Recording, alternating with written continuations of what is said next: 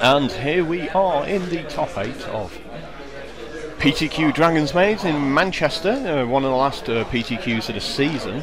And we had a nice little chat to Matt Light about his ID in the last round of the Swiss. He actually tried to win it, because obviously finishing top of the Swiss is pretty important.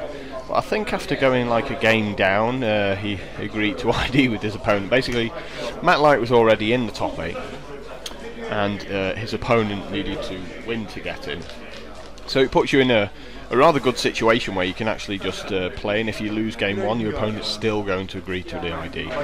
And the reason was that there's one other deck in the top 8 that Matt really doesn't want to play against. And so he wants to get above him in the Swiss, and also be in the same half of the draw.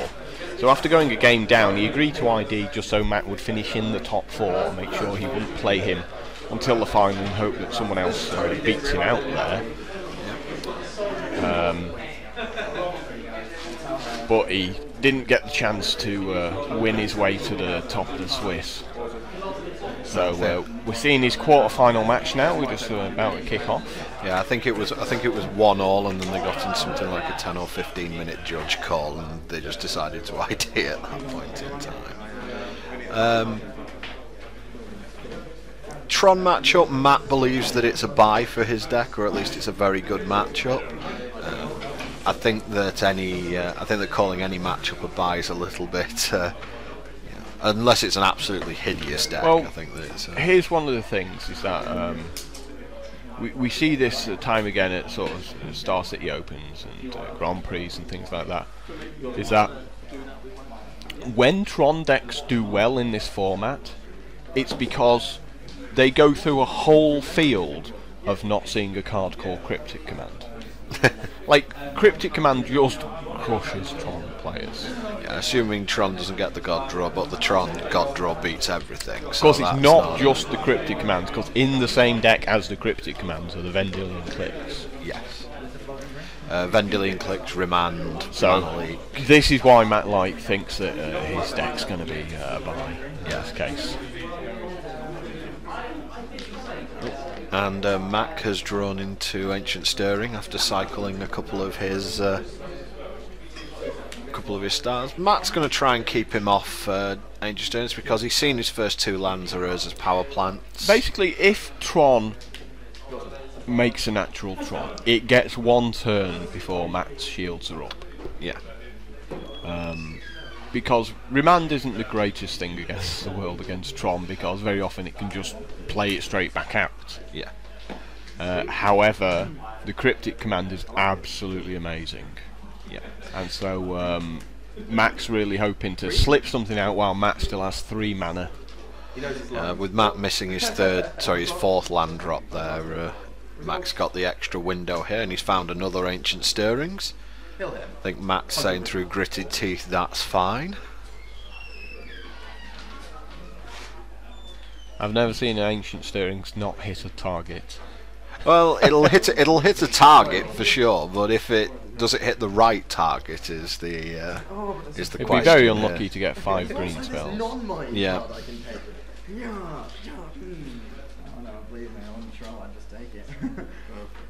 Of course, if he did have the Tron, he would have windmill slammed it. So yeah, if he'd have had the mine, he would have windmill slammed it. So it might be a very, it might be a sad-looking Ancient Stirrings. This one. Probably a basic forest or something like that. That'd be about the saddest.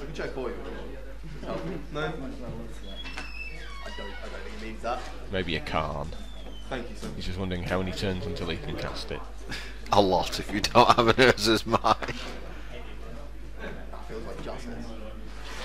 Yeah, Chromatic Star, that's not really what you're looking for off a Ancient Stirrings. And Mac misses his 4th land drop as well, so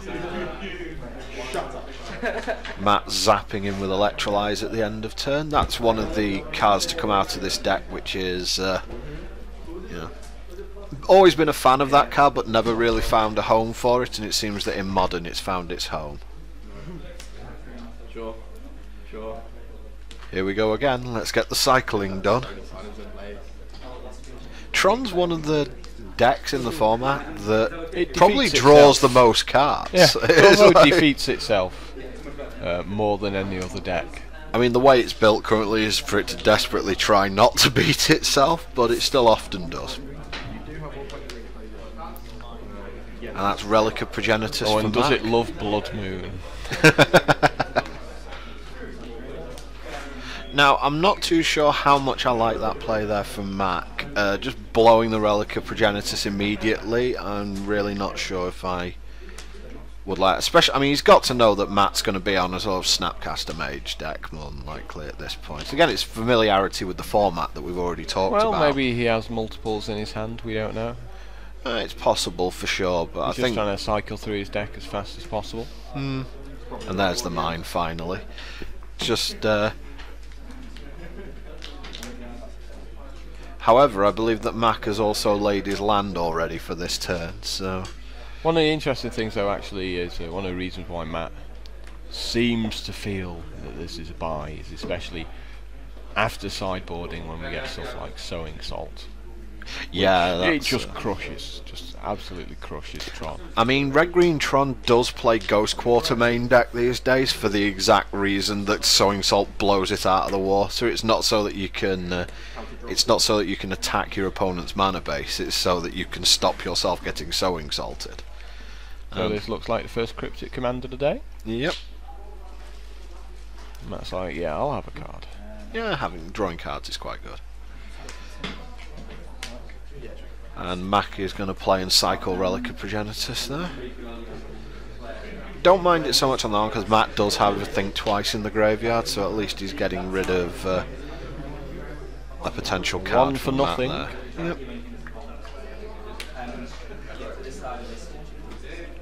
But Matt has more than a couple of cards. Pretty certain Matt's just going to sit there on his 6 mana and pass. That's his. I think that's his game plan, pretty much, for this.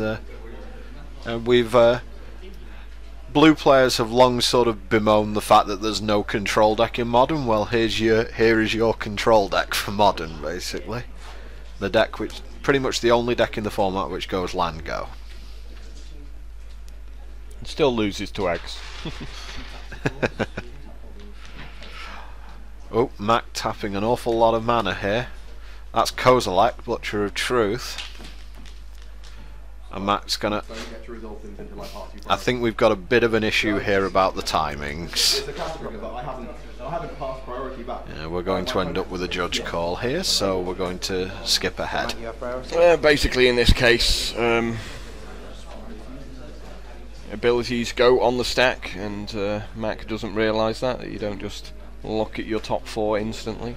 Yeah, for those of you who might not be as familiar with the rulings, it's if any ability goes on the stack, be it a trigger or anything else, you have to give your opponent the chance to respond. It's pretty interesting, actually.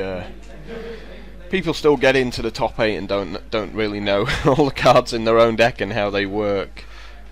It's kind of I think, should we say, a sad indictment of the UK scene that you know, it's not filled full of people who are actually putting the effort in. You know, I mean, you only have to watch any. I mean, the thing is, you only have to watch any SCG to know that occasionally people get through that and get into the top 8 like that, mainly on the power of their deck or something along those lines. I believe this was Mac's first PTQ as well, so you know he's obviously going to be nervous being in top 8. And the thing is that Matt is going to. You know, Matt is going to make you play by the rules, quite rightly. I mean, this is one thing we often, we actually bring up in our discussion earlier, is that, you know, Magic isn't really a game you should be nervous over. It's just a game of Magic. Yeah, I mean, even at a PTQ, you are playing for a holiday, pretty much. Quite an irrelevant amount of money in the grand scheme of things. Matt's going to clean up the Kozilek using the using Supreme Verdicts here.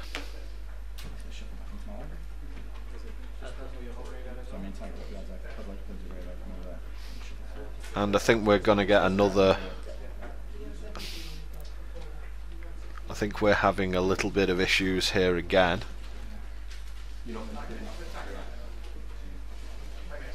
Yeah, Mac basically kept his exiled pile pretty close to his graveyard and also pretty close to his deck. So what just happened here was that Matt was just trying to point out to the judge, you know, that you can't go ahead and do stuff like that.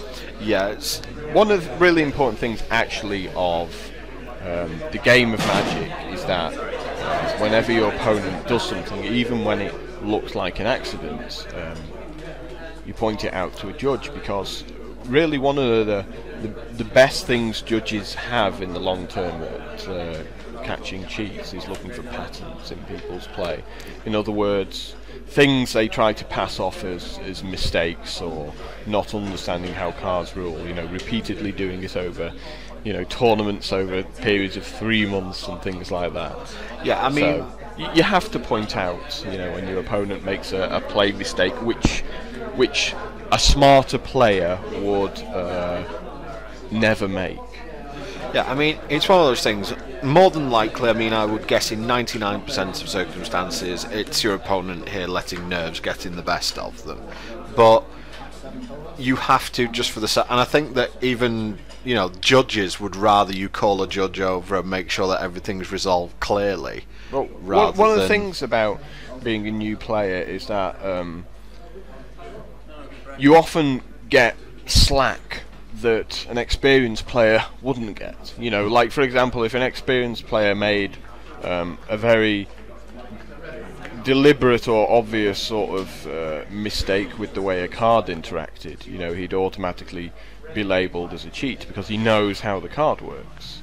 And we sort of afford the new players some degree of leeway, because we go, oh well, you know, he couldn't possibly automatically know how the card was meant to work. So, you know, we do have double standards from that point of view in how we treat players, and from a judge point of view we should treat every player the exact same way, which is to, if something happens that is different to what should happen in the game of Magic, you call the judge. Yep. And in fact we had a third judge call there because Mac didn't randomise his deck fully, having searched for an Emrakul there. He literally just mashed his cards together. But this is another aspect of casual play.